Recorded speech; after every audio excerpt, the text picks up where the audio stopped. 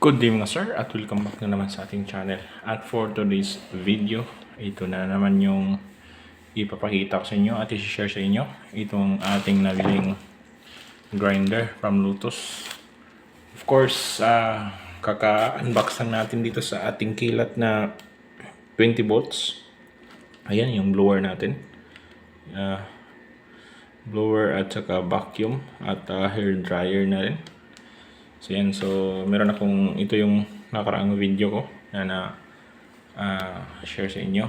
At ngayon naman,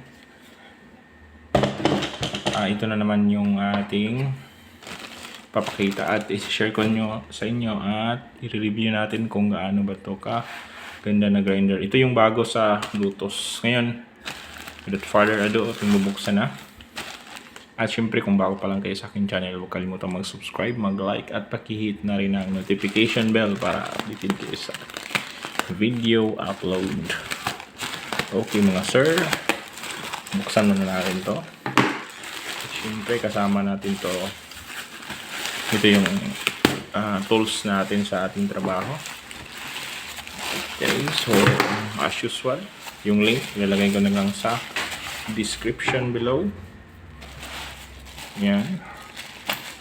Ito yung pinakabago ng Lotus. Ayun. Ayun. So, meron pa siyang kasamang tester. Okay. So, i-review din natin yan. Pakita kanyo yung tester na yan. Para meron kayong reference pag bumili kayo ng ganito. Kasi sa trabaho ngayon, uso na yung brushless o yung mga hindi battery na lang. Okay. Okay, sir, ayan. So, bali brushless lang pala to, no? Brushless na to. So, tips ko lang ngayon pag bumili kayo ng mga di battery, mas mainam na brushless na yung bibilhin nyo. Huwag na kayong bumili ng mga brush type. Kung meron na naman kayong budget, yung kuha na lang brushless na lang yung bibilhin nyo kasi mahinang matipid yun sa battery kaysa mga brush type. Yung may carbon brush, madaling malubat yung battery mo, madaling malakas kasi yan kumain ng battery. So ayun, ito na yung grinder. Ayan, so Lotus CX SG 20 volts. Siyempre Lotus yan. 20 volts max brushless angle grinder. So ayun. Okay mga sir, so ayan. So yun, wala tayong battery na Lotus sa kabilang bahay. So ito lang muna yung gamitin natin, yung kilat na 20 volts galing sa ating blower. So tips ko lang sa inyo, pwede rin hindi na kayo bibili ng, kung meron kayong mga Makita, tulad nito mga Top Shock na brand. Ayan, meron kang lumang Top Shock na ganito.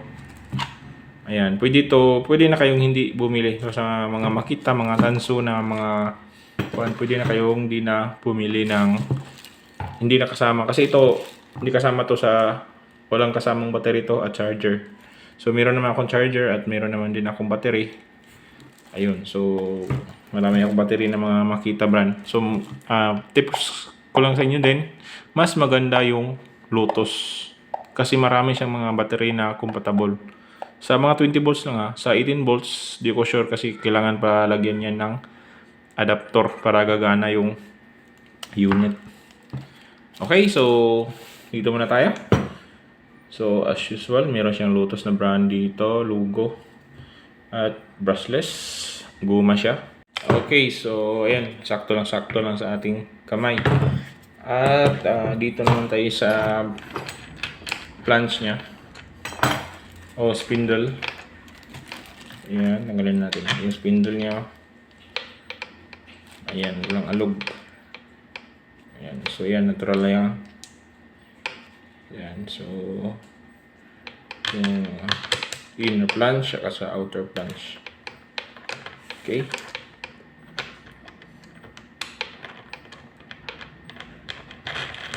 Okay, so ito na yung spindle lock niya.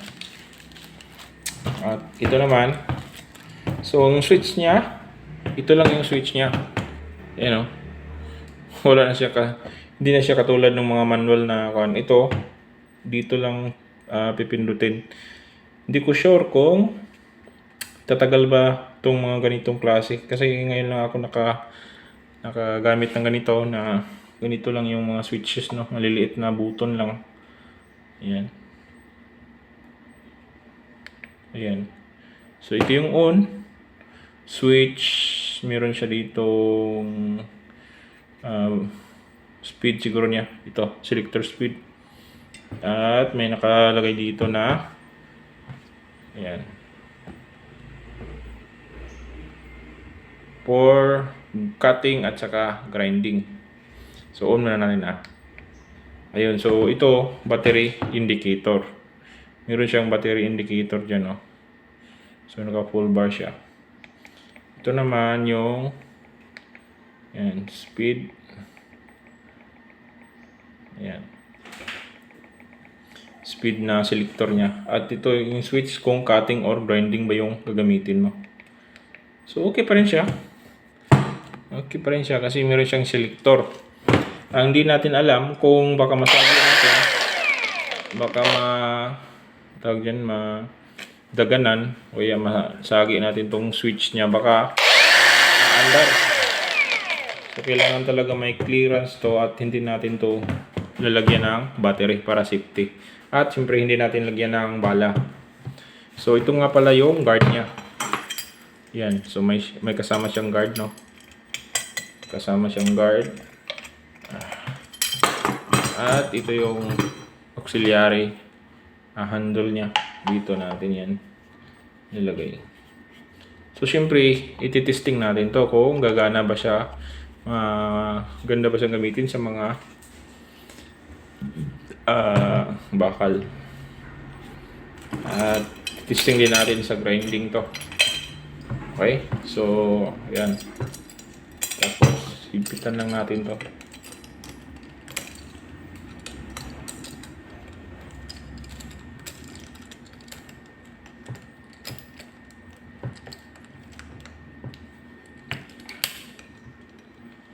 Ayan, so matigas to. Kailangan niya hipitan naman yan. Okay?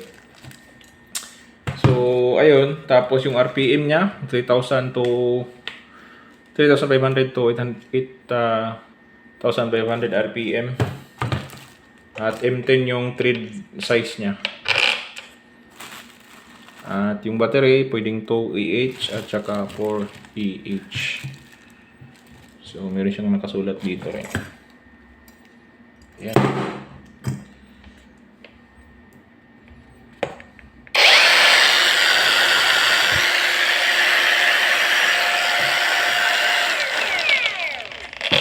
Yan. So, dito yung air vent niya.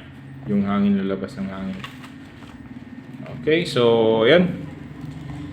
Dito naman, meron siyang kuhan dito, no? Wala na dito masyadong details.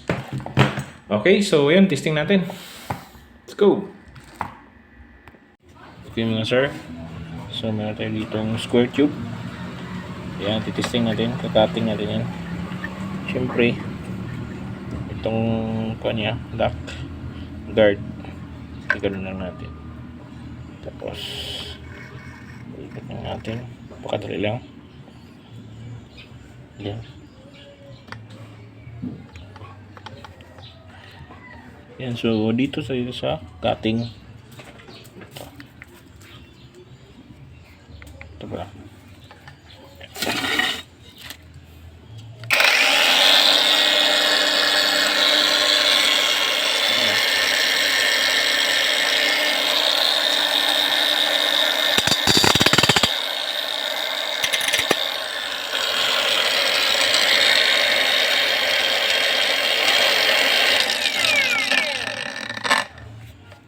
So, napansin ko lang dito, parang mahina yung cutting niya kaysa sa grinding.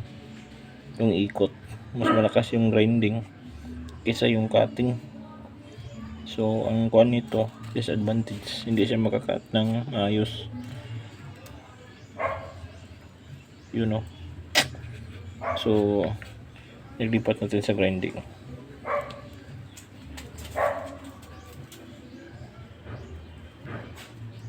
Yan, nag-grinding na.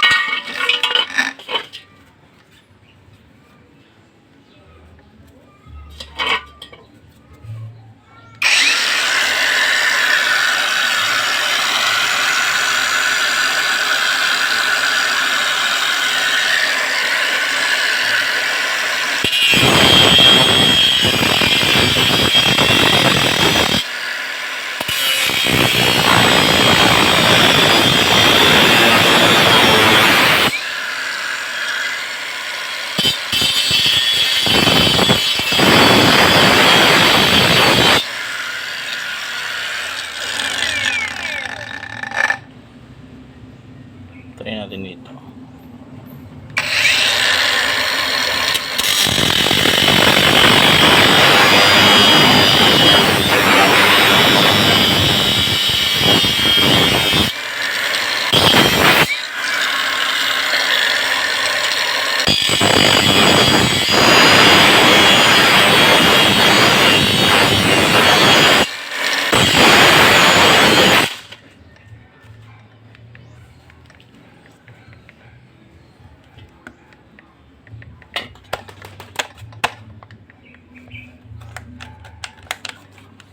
Tapos siya kaya yung ito. Ayan, palitan natin. Palitan natin ito. Okay, so balik natin yung kilat.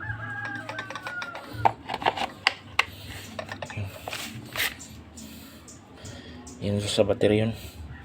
Yan, nagkaganon. Okay. So, balik natin sa cutting.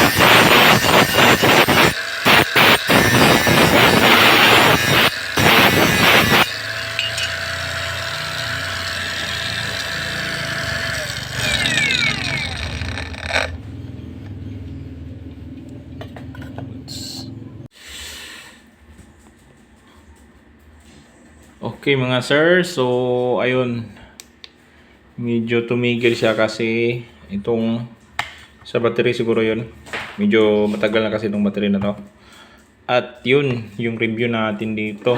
So yung pag-testing ko, medyo mahina talaga yung cutting niya, pero napaka-goods pala no, pag nakakuha na yung dito itong kuha na niya ba, disc niya.